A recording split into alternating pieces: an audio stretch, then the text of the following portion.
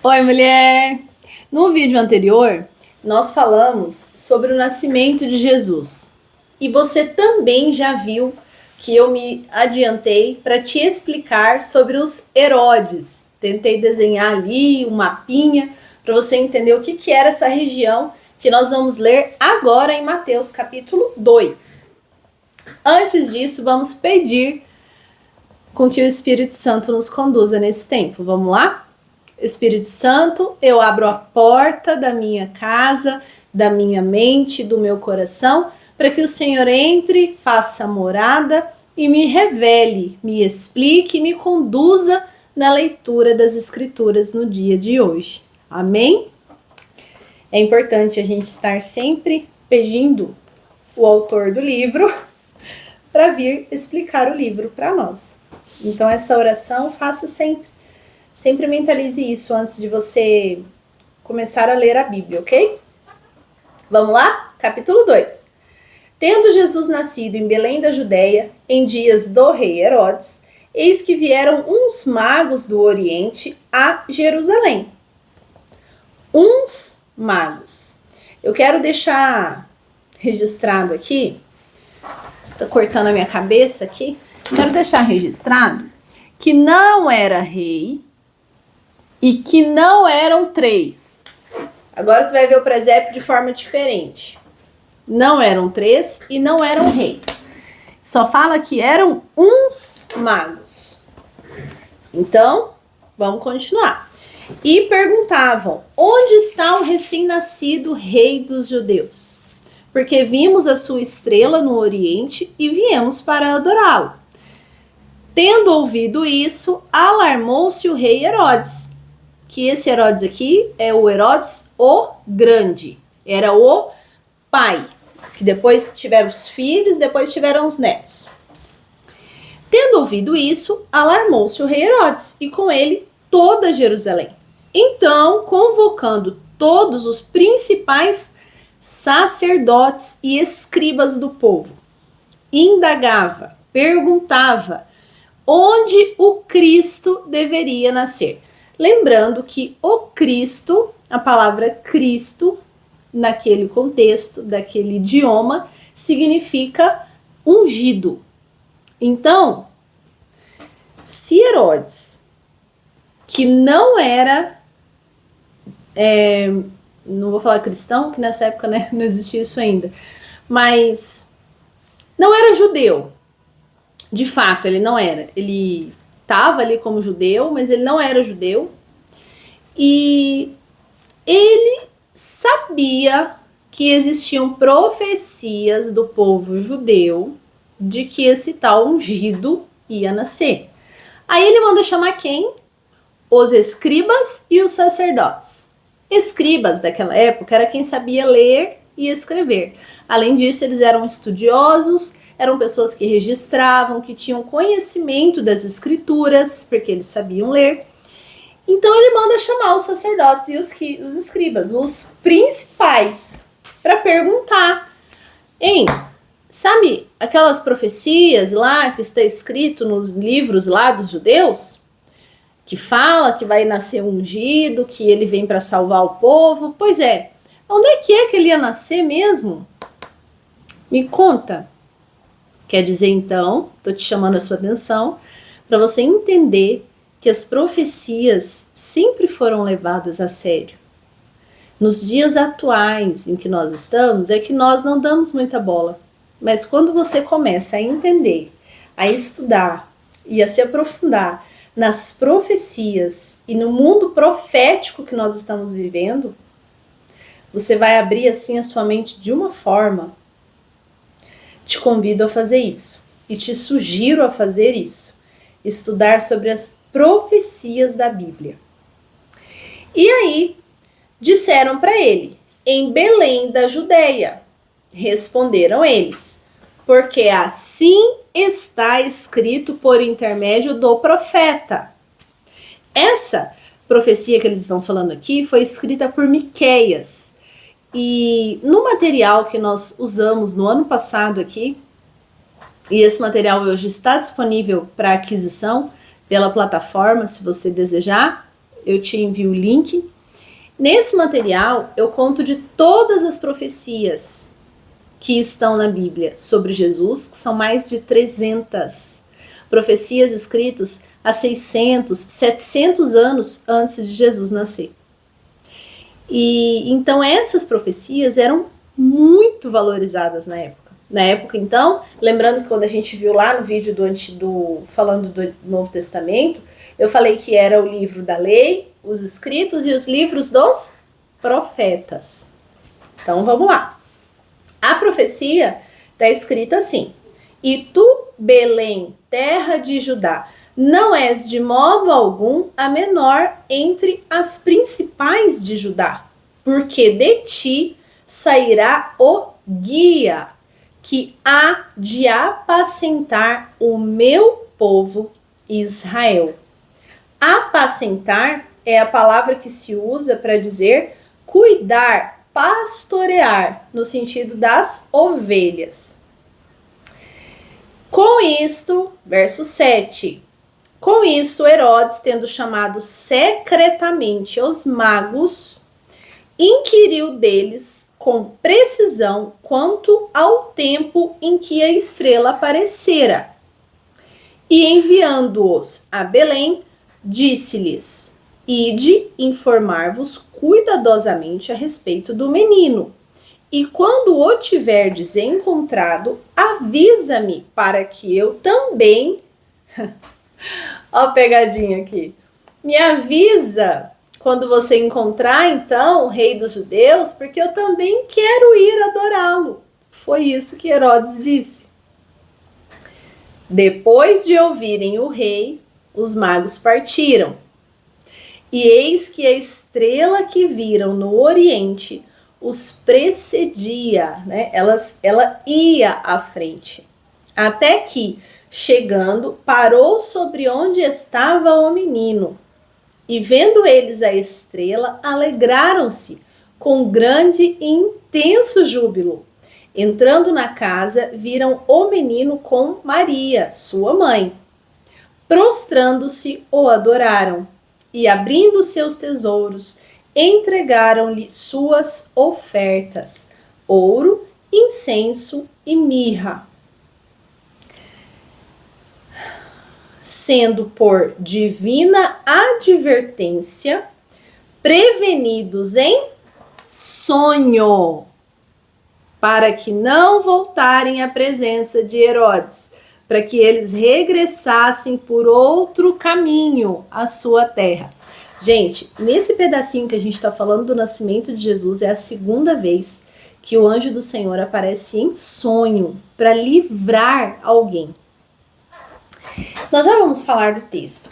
Eu quero te abrir a sua mente para o seguinte: está escrito na Bíblia, Deus fala através dos seus profetas, através das profecias, através de sonhos.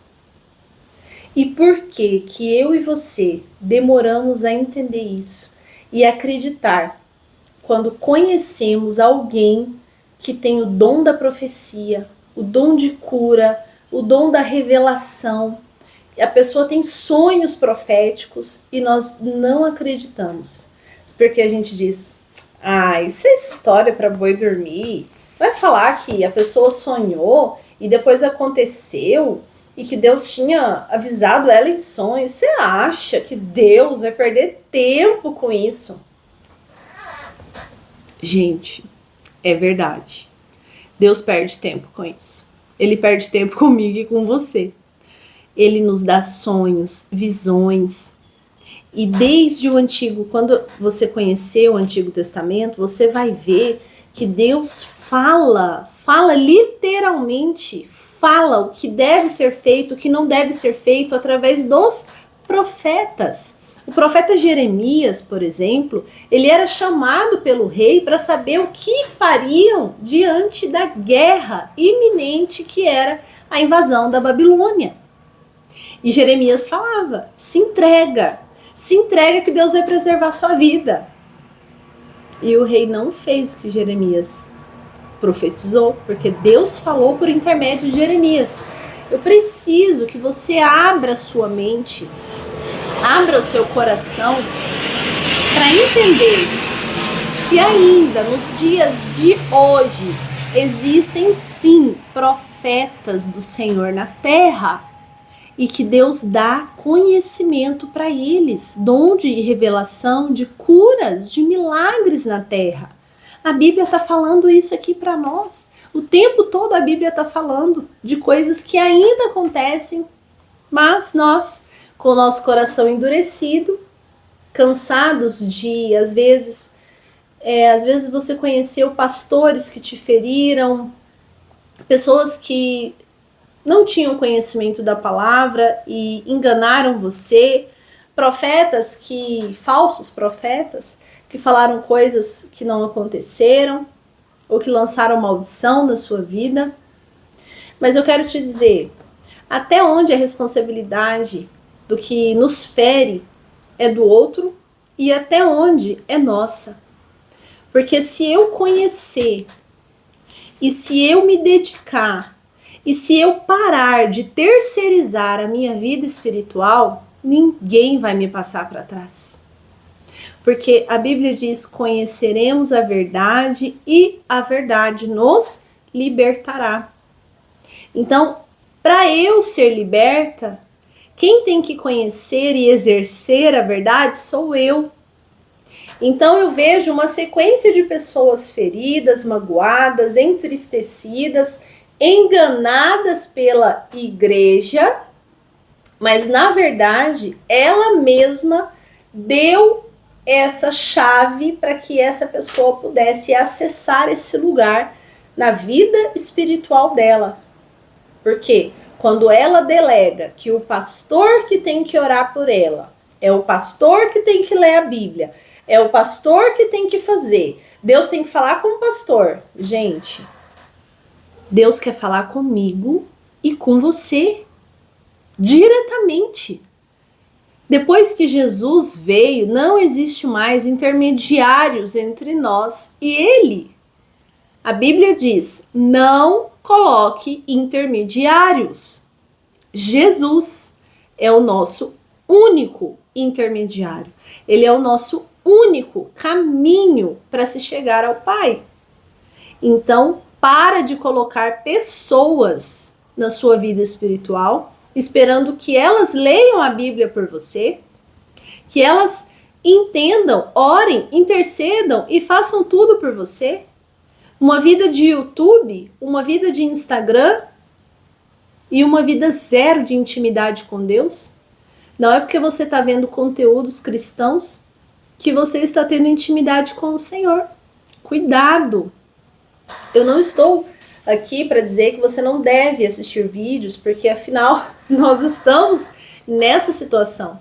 Mas eu estou aqui te incentivando e te alertando. Conheça a Bíblia você, para que não te enganem. Por exemplo, aqui cai por terra a historinha do presépio, que são 3 reis magos que a vida inteira você achou que era. Por quê? Porque te disseram e você aceitou.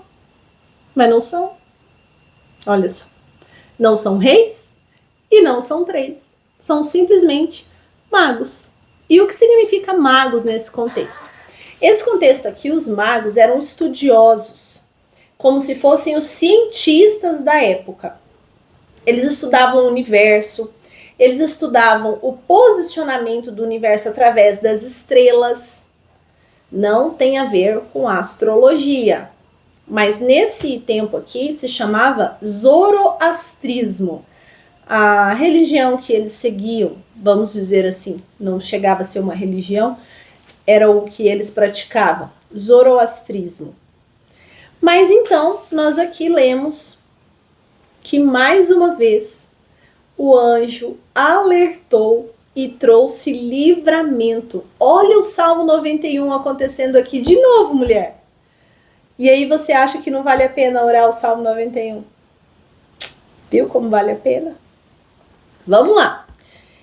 A fuga para o Egito. Tendo eles partido, a partir do verso 13. Tendo eles partido, eis que apareceu de novo. Ó, o anjo aqui, de novo. o anjo do Senhor a José em sonho e disse: dispõe-te, toma o menino e sua mãe, foge para o Egito e permaneça lá até que eu te avise. Já tava 5 anjos, gente. Já tava, ó, tipo assim, ó, foge pro Egito e fica lá que eu vou te avisar pra você sair de lá. Tipo assim, eu vou aparecer de novo pra você. Olha que coisa linda, gente. Você já imaginou ter um relacionamento nesse nível? Vamos lá. Porque Herodes, e o anjo ainda falou, explicou para José por que ele deveria sair, ó, fugido. Porque Herodes há de procurar um menino para o matar. Dispondo ele, José, tomou de noite o menino e sua mãe e partiu para o Egito. E lá ficou até a morte de Herodes, para que se cumprisse o que fora dito pelo Senhor por intermédio do profeta. E nesse caso aqui é o profeta Oséias, que disse: do Egito chamei meu filho. Olha que coisa linda. A Bíblia mostrando que existem anjos que nos livram, que nos defendem, que nos orientam, que nos dão a direção, que são realmente mensageiros de Deus. Que existem profetas, que o Senhor divide com eles os seus planos, que o Senhor fala para eles do futuro, porque a profecia é algo que vai acontecer. Deus dividindo seus planos com pessoas comuns como eu e você. Já imaginou isso? Você chegar nesse lugar de intimidade em que o Senhor responde às suas orações, te dá revelação, te batiza com o Espírito Santo, que você vê anjos, sonha com anjos. É possível. A Bíblia está falando aqui. Está falando. É possível. E vendo-se, a partir do verso 16, a matança de inocentes. Vendo-se iludido, enganado pelos magos, enfureceu-se Herodes grandemente e mandou matar todos os meninos de Belém e de todos os seus arredores, de 2 anos para baixo, conforme o tempo do qual, com precisão, se informara dos magos. Então, se cumpriu o que fora dito por meio do profeta Jeremias. Ouviu-se um clamor em Ramá, pranto, choro e grande lamento.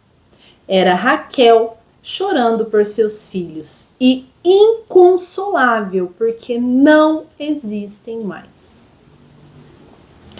Tendo Herodes morrido, olha quem voltou na história. Ó, o amigo de José. Eis que um anjo do Senhor apareceu em sonho a José no Egito e disse-lhe: dispõe-te, toma o menino e sua mãe e vai para a terra de Israel, porque já morreram os que atentavam contra a vida do menino. Dispôs ele, José, tomou o menino e sua mãe e regressou para a terra de Israel, tendo, porém, ouvido que Arquelau reinava na Judéia em lugar de seu pai Herodes. Lembra que nós falamos de Herodes e Arquelau? Temeu ir para lá. Gente, José não acreditou muito. Ele pensou, acho que ele pensou, esse anjo falou para eu voltar, mas será que o anjo viu que é o filho do Herodes que está lá? E ele é tão mau quanto o pai? Acho que eu não vou não, hein? Sei não. Eu vou até sair do Egito, mas eu não vou voltar para lá não. Aí, o que ele disse aqui, ó? E Arquelau reinava na Judéia, em lugar do seu pai Herodes, temeu, teve medo de ir para lá. E por divina advertência, prevenido em sonho, ele se retirou para regiões da Galileia. Lembra que nós vimos lá no mapa que era uma região mais em cima? E foi habitar numa cidade chamada Nazaré, para que se cumprisse o que fora dito por intermédio dos profetas. Agora a gente já tá assim, ó. É profeta, é anjo, gente, é sonho. Olha o quanto Deus falou de profecias só nesse pedacinho e talvez você nunca tinha parado para prestar atenção. E o profeta disse, ele será chamado Nazareno. Lindo isso, né? Gente, passou aqui uma coisa meio despercebida, porque eu quero falar em especial sobre isso. Jesus recebeu 3 presentes e sobre os nomes de Jesus. Para isso, eu vou puxar o meu quadro aqui e vou voltar para a gente conversar sobre isso. Para a gente finalizar, então, o capítulo 2 do livro de Mateus. E aí, mulher, me conta o que você achou desse nosso encontro de hoje. Compartilha se você achar que deve. Esses vídeos estão disponíveis apenas para o grupo de estudo aqui do WhatsApp. Mas nada te proíbe e eu até te incentivo. Compartilhe com alguém que você deseja, com que essa pessoa conheça e talvez ela possa entrar no grupo e estudar daqui para frente com a gente. Um grande beijo para você e até o próximo encontro.